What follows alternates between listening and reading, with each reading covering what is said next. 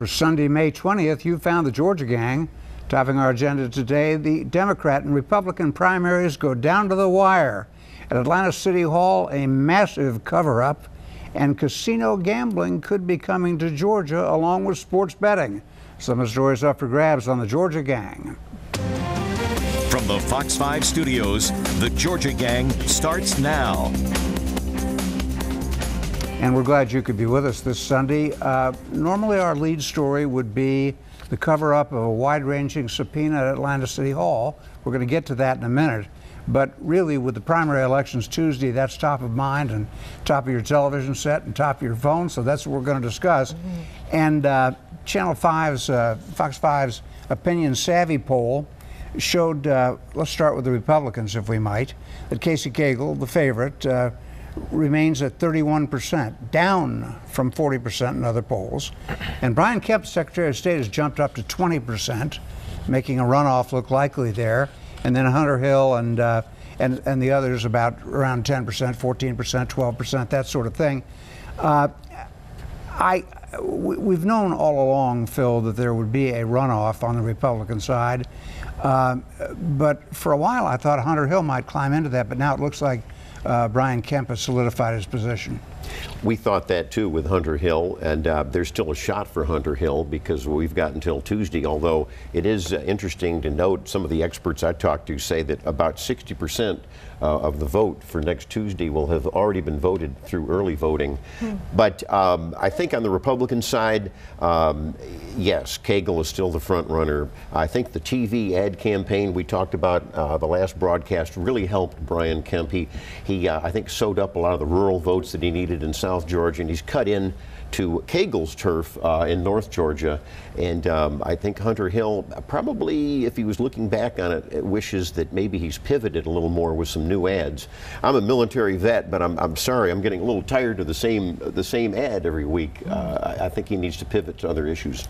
Well, but in the debate, Alexis, you and I, in a rare political agreement, the debate, and it may have been the questioning that led the Republican debate on public television was only about God, guns, and criminal illegals. Yeah, and there was that. I think they were overly indulged in their foolishness because they have made some foolish campaign ads and comments. And you know, the questioning was, did you really mean that when you said that? And it would just devolved to me into a stupid contest of who could be more stupid. Theron, that's a little harsh. I'm sorry. No, that's all right. No, let Alexis be fired up this morning. That's good. No, but Theron, I think they missed a chance to talk about substance. I think Casey Cagle, for example, has a great record to run on. Cutting the income tax. The state has a huge rainy day fund, reserve fund, lots of great accomplishments, and it all got tied up in sanctuary cities, and we really don't have any of those except Decatur. Well, yeah, because what we've been saying on the show, I know Alexis and I have been saying this, is that it's just a race to the right. And Dick, quite frankly, it's this Trumpian culture that we're in right now, where people saw a president of the United States get elected doing exactly what we saw on display at this debate with the Republicans. I agree with you. I think both Casey Cagle and Brian Kemp have records that they can run on. And even Hunter Hill and Michael Williams has had some votes that he could talk about. But unfortunately, they know that their constituency of voters, many of whom are very conservative, want to see the attacks. They want to continue to use undocumented immigrants as a scapegoat in this primary, and it's just very unfortunate that that's what they're focusing on. To his credit, Phil, Brian Kemp does use the term criminal illegals. Well, There's he does. a distinction to be made there. It's and I think not just Republicans, but a lot of people in the center are concerned about crime and criminal illegals and all of that. But I do agree the Republicans should have pivoted to some other issues. For example, I think we talked about transportation, which is super important to everybody, regardless of your politics, was barely mentioned in both actual debates. A little more in the Democrats. And I agree with Phil. I mean, we passed a massive, robust transit bill. I mean, that Casey Cagle had a lot to do with, right? And even maybe Hunter Hill previous sessions probably had some to do with it, but there was no mention of that. And there was no mention of the economy and education and a lot of things that Governor Deal has put in place for these people to talk about. So that was the unfortunate, I think, missed opportunity in this debate. Maybe we'll see that in a Republican runoff. It was disappointing too. I remember the one questioner asked the lieutenant governor about his position with Delta Airlines. And it just, you know, he said, do you want to rethink that? Yeah, it's been rehashed for the last 3-4 weeks. Yeah, but it pushed Casey further to the right. Yeah, and I stand by everything I said. But it's interesting. It's interesting. While yes, there are a lot of right-wing issues that are being discussed, the Democrats have been pushed way to the left. I'm amazed that Stacey Evans, who is a pretty pro-business, pretty sensible person, has taken some crazy left-wing positions just to try to outflank Stacey Abrams. Let me leave it right there. Let's pick that up. Let's go to the Democratic side, because the Fox 5 Opinion Savvy poll has Stacey Abrams ahead of Stacey Evans 58% to 19%. I think that's too much, because Stacey Evans is a real candidate with real campaign funding and apparatus, and I know that the Democrat primary is going to be blacker. You know, that as much as 60% of that vote is going to be African American. But 58 to 19 in a credible campaign, that's a whooping. I think Stacey Evans is not getting enough white votes. You point out, I think she'll come up a little bit because the undecideds are breaking. But I think it looks like a lock, as you were pointing out with Stacey Abrams. I think so. And they did have a substantive debate, except that they agreed on everything. Except for hope. Well, I think they sniped each other for the way they did what they did, but they both did the same thing primarily. So yeah, that's why we've said all along, and I agree with you, that there's been an intramural debate. They both favor Hope scholarships. Yeah. It's just how they got through the financial crisis and how the Hope scholarships were organized in that time. Big shocker this week, Bernie Sanders, who's not even a Democrat, endorsed Stacey Abrams. Big whoop. As a socialist, you may like that. No, I do but like that's that. An indicator. It's an indicator too, because he also endorsed Vincent Fort in the mayor's race, and Vincent Fort has endorsed Stacey Evans. So that's an interesting development. But one of the things that we saw, and if we looked at the mayor's race, right, and the person who got the most endorsements in the mayor's race didn't become the mayor. Right. So while these endorsements are good, the truth of the matter is that the people want to know, what are the candidates going to do? Now, I think that, listen, Evans' campaign, they got to throw a Hail Mary. I mean, it's clear. If the election was today, Stacey Abrams would be the Democratic nominee for governor, right? So whatever, you know, they have in the hopper, things that they're working on, you know, they've got to throw it out there, because if she does not do something to cut into the African American support that Stacey Abrams is getting, along with some of the support that she's getting from the white community, I don't think it's going to be that big of a gap. I agree with you, Dick. I think that poll was a little skewed. I think it kind of oversampled, maybe, you know, quote unquote registered voters, very oversampling of African Americans. But it also showed 60% have voted early. Well, here we go. So the other thing is that now what we see is that we don't know. We don't know if all of these voters who are voting early are voting for Abrams or for Evans. Like, we don't really know on the Republican side.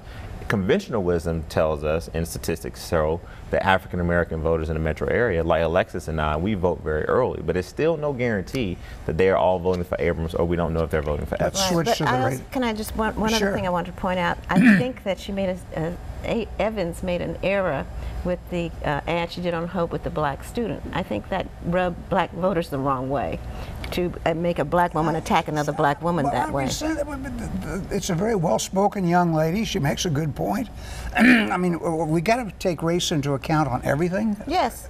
No, you don't. You got to get past it. Race underlies everything and every day. You know, it's a huge factor, but I think in ads, you know, we're trying to appeal in the state of Georgia, both parties, all the candidates, to people regardless of color, and especially that's why I wanted to pivot to education, which we all are interested in education. Absolutely, absolutely. But I'm just saying that if they had a white student do it, it would not have worked, because they would have said a white person was attacking a black person. If they had the black person do it, the black voters resent that. No, I think you're making a point, but I don't think race involves everything. It's a huge factor, but not everything. Where do you live?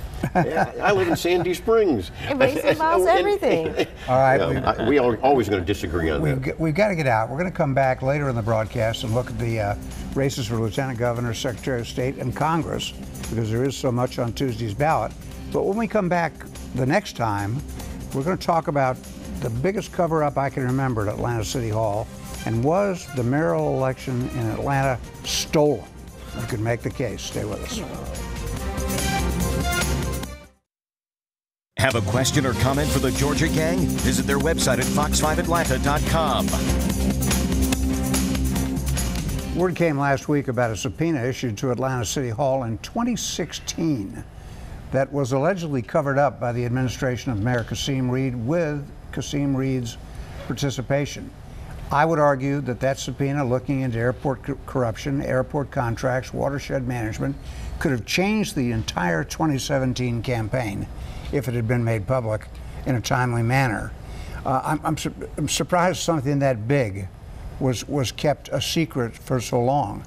But you could argue, and I'm prepared to do it, that if that subpoena had been known and the city council had known about it and thrown the whole contracting system into a mess, that Keisha Lance Bottoms may not have gotten into the runoff.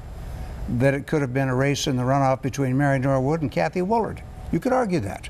Yeah, because it was so close. Yeah. But tell me how a cover-up like this can be justified, Darren. Well, it's not my role to justify it. Mayor Reed and everyone who dealt with that at that time, they need to justify why they did not turn over a subpoena to the press once it was requested through open records. Now, the mayor has come out and said that it was involving personnel matters with I think, a couple employees.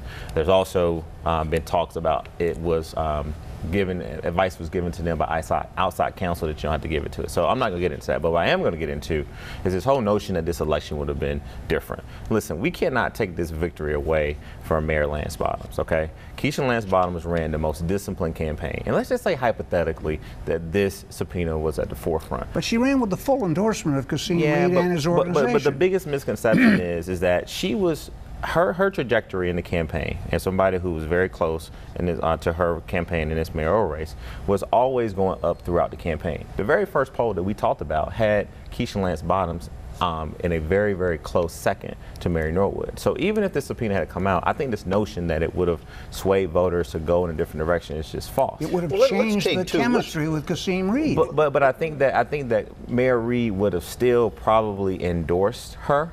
And I think that he went out of office not extremely unpopular, but I think that these people who lost. No, if that subpoena had been out there, let me break in if I can, sure. And I want to hear Alexis, but I think there's two issues here. I think you're partially right and you're partially right. I think that Keisha Lance Bottoms did run a very good campaign. Thank you. I'm glad you're saying that. She did. On the other hand, yes, that could have changed the dynamic. Had we known it, she still could have won. She certainly was starting to distance herself from the corruption culture of Kasim Reed, which was good, and I think she's still doing that. But the one thing that I think we're missing here in both this argument is that the Fulton County elections, the officials were hiding things too. You know, just the other day, Superior Court Judge Craig Schwall issued an order demanding that Fulton County tell us what happened with irregularities with absentee ballots. I'm not blaming Keisha Lance Bottoms or Mary Norwood or anybody. I'm blaming a system that has been broken, as we know, for several election cycles in Fulton County. So it could have changed the dynamic because the airport is a cesspool of corruption. No. And the city council had to do their the city council, you remember, had to do their contracts, and that's why they wanted to hold off because of the federal corruption investigation. Yeah, but here's the bottom line with the subpoena. Let's get into the actual request of the subpoena, all right? I read the subpoena. The subpoena, what it did, it was basically asking for existing and new contracts that was at the airport, particularly on Concourse E.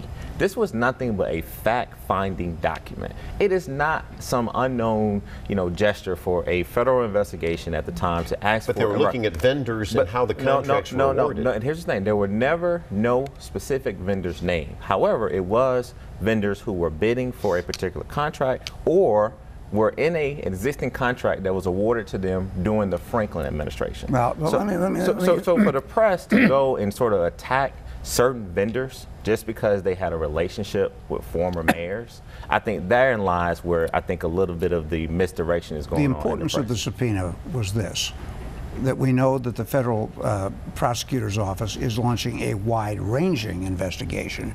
Remember before Kasim Reed could say there were a couple of rogue contractors.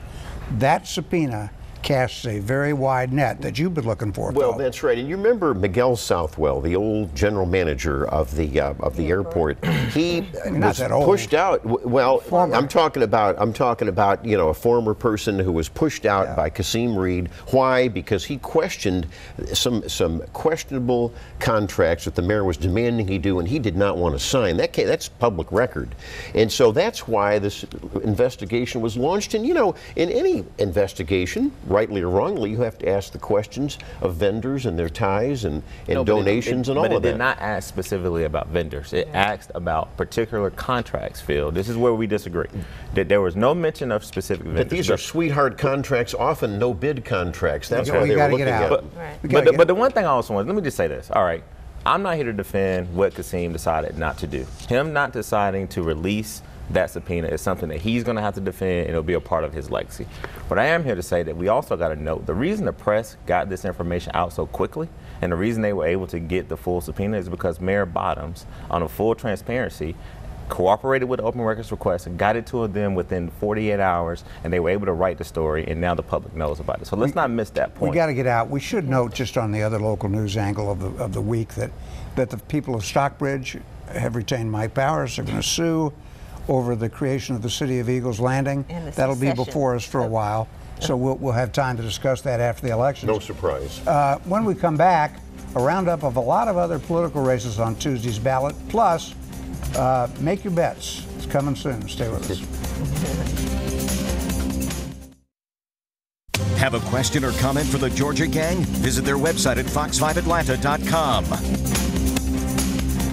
We'll have a lot of time to discuss sports betting in the coming months and weeks, but we should acknowledge that the U.S. Supreme Court deferred to the 10th Amendment and said that states have the right to control sports betting. I don't see a mad rush in Georgia to do that. I think you're going to see it in New Jersey, West Virginia, a lot of states that want to give competition to Nevada. I think there will be a mad rush. How mad it is can be debated, but you already have legislation by Representative Trey Kelly. It almost made it this past session. This is I've said this for 2 years on this show, this is a great revenue stream that is untapped. We need to tap it. All of us don't want our taxes raised. This is another stream that we can use. Let's tax fantasy sports. Betting has been around since biblical times. We need to deal with it. Well, and I also think that it's the reason it hasn't gone before is because there's a tangle about how you can designate the use of the money, and they want to. All right. Well, that's all going to be in front of us, and it could lead to a renewed push for casinos, where the sports betting would occur, and I like to bet, but I've got some reservations about the pressure it puts on athletes. But that's a subject for another time. Let's stay on Tuesday's primary. Let's look at the lieutenant governor's race, because frankly nobody else is. But including the voters, including the voters, I suspect. But on the Republican side, I would assume David Schaefer has the edge he does in the Fox 5 poll, but it's not much, Phil. No, Jeff Duncan, the other candidate for lieutenant governor on the GOP side, is inched upward, apparently in the early voting. It looks like a fresh new face. I think that's what's going on. Sometimes that is. I think, again, the TV and the digital campaigns are very important. And I don't know, Rick Jeffries, I don't know where he fits in there. On the Democratic side, a new face for the Democrats, Sarah Riggs Amico, trucking company owner, has raised a lot of money, has a lot of television. She's leading Triana James, who to me is kind of invisible. I don't know, maybe I'm missing something. But Triana James is a woman of color, African-American woman, and we know therefore she gets 60% of the votes. Well, not necessarily all 60%, but no, I think Sarah has run a good campaign. She's got a really good ad. She's a different type of candidate, refreshing candidate for our party. So she is, yeah. We're going to see how she does. And then in the race for Secretary of State, not much television, but John Barrow's on television for the Democrats with a hearty endorsement in person from Andy Young. We hope Andy's doing well, by the way. He's resting at Emory. And on the Republican side, you've got this fellow, Brad Raffensperger, begins 2 different commercials by saying he's a Christian. What that's got to do with being Secretary of State, I don't know. I think Josh McCoon will have the edge. Josh McCoon should be the front runner. I think he is. But again, I'm not certain. The numbers in the poll are so tiny that it's difficult to say. And the PSC, 2 races, Phil. Should we care? We should care because that affects the wallet of everyone in the state of Georgia. They control utilities, and what's interesting is that the governor appointed Tricia Pridemore. That's a Republican primary contest. I think that Tricia Pridemore has a good balance between looking out for the interests of the consumers versus the interests of the utilities. That's what a good public service commissioner Well, the ought to be Democrats doing. are waging a pretty good campaign for public service commission. There's an attractive woman running. Lindy Miller. Lindy Miller. Lindy Miller. It's interesting to see there. In the races for Congress, I'm really having a move here. In the races for Congress, Rob Woodall up in Gwinnett and Forsyth has a tough primary opponent. He does. And he's got 6 Democrats lined up against him, hoping to be the candidate for November. He'll win the Republican primary. I think that he's got the edge there as an incumbent. Well, I think he will too. And we've got a state Court of Appeals race with the bars weighed in on. And nonpartisan, it's on all ballots. nonpartisan, therefore you have the Democrat Ken Hodges and the Republican Ken Shigley. Yeah, two Kens. Two Kens. And that's what upset the Judicial Qualifications Commission, because as we've always laughed about it, they're nonpartisan, but you know, they somehow, Alexis, as you point out, and I do, they somehow get partisan. Ken Hodges can't run from the fact that he ran for Attorney General statewide as a Democrat in 2010. So we're not fooling anybody there. A couple of little races that are worth looking at. There's a movement into DeKalb from supporters of Burl Ellis to oust Superior Court Judge Courtney Johnson. And I hate to see that because she presided over a very difficult and emotional trial.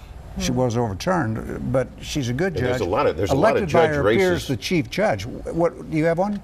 Well, I was just going to say there's a lot of judicial races out there in all of the counties, and that the people really need to study that and look at the websites. I wish more people would do that. You know, you got Chief Magistrate Dick in Fulton County, as you know. I think you got a favorite there. Lewis Levinson. That's right. I think. Yeah, but Cassandra Kirk is running that race as well. Right, and then there's a Superior Court race.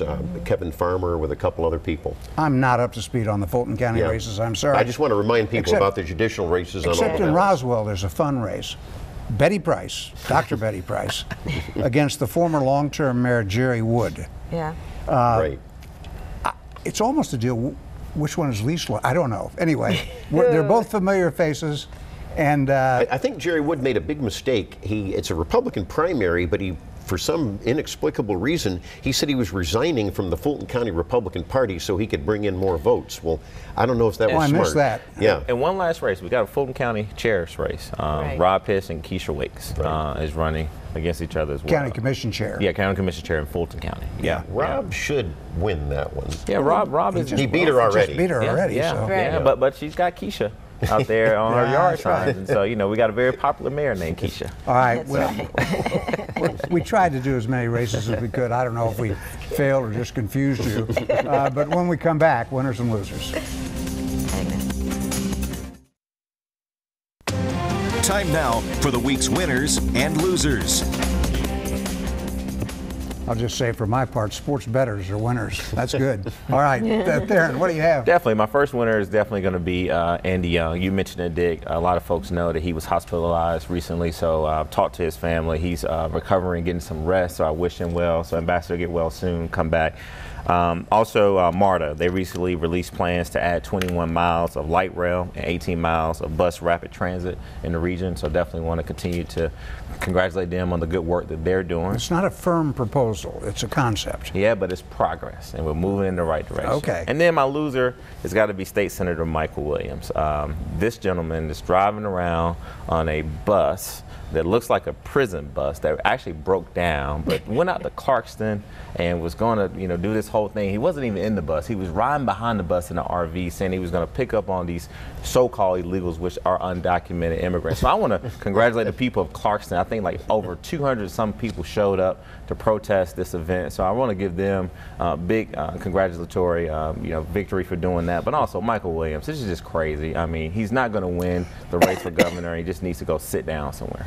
All right, Phil. Well, I have to say I've always been against forced busing, so I will point that out. I've got, there's 3 finalists for the American Idol, and you know who the winner is going to be, I hope, and that's going to be Caleb Hutchinson of Paulding County. So keep your eye on that. I'm going to give a shout out for American Legion Post 29 over in Marietta. They've got a run coming up this Saturday, May 26th. It's a 5K race, and all of this money goes to the Shepherd Center and some great causes. And you know, I early voted. I don't usually do it. I think you did and you did. Dick's holding out. But I want to give a shout out to, I went over to Chastain Park at the gym over there, and they're all winners, very professional. Yeah. Alexis. At the C.T. Martin Recreation Center, they're very professional too. They were very helpful when I voted early. And I'm going to give a shout out to Kathy Woolard, who was a panelist with us and a former candidate for mayor. She's organized the Beltline Rail Now Transit Forum that's happening today. And they're going to talk about the MARTA plan or proposals for using that transit money to get some money for the Beltline. And I'm going to stop because I'm getting wound up here. But I guess that's what I wanted to say. Oh, right. I want to say Happy Ramadan. It began you fasting? this week. No, I'm not. All right, I got to go quick here. Tom Wolfe, the great author, died this week. His book, A Man in Full About Atlanta, was a classic. Probably the best book on the top of the city since Gone with the Wind. But Tom Wolfe was an American original. The Braves, I didn't get to say it last week, are in first place. See you next week on the Georgia Gang. The opinions expressed in this broadcast are those of the panelists appearing in this program.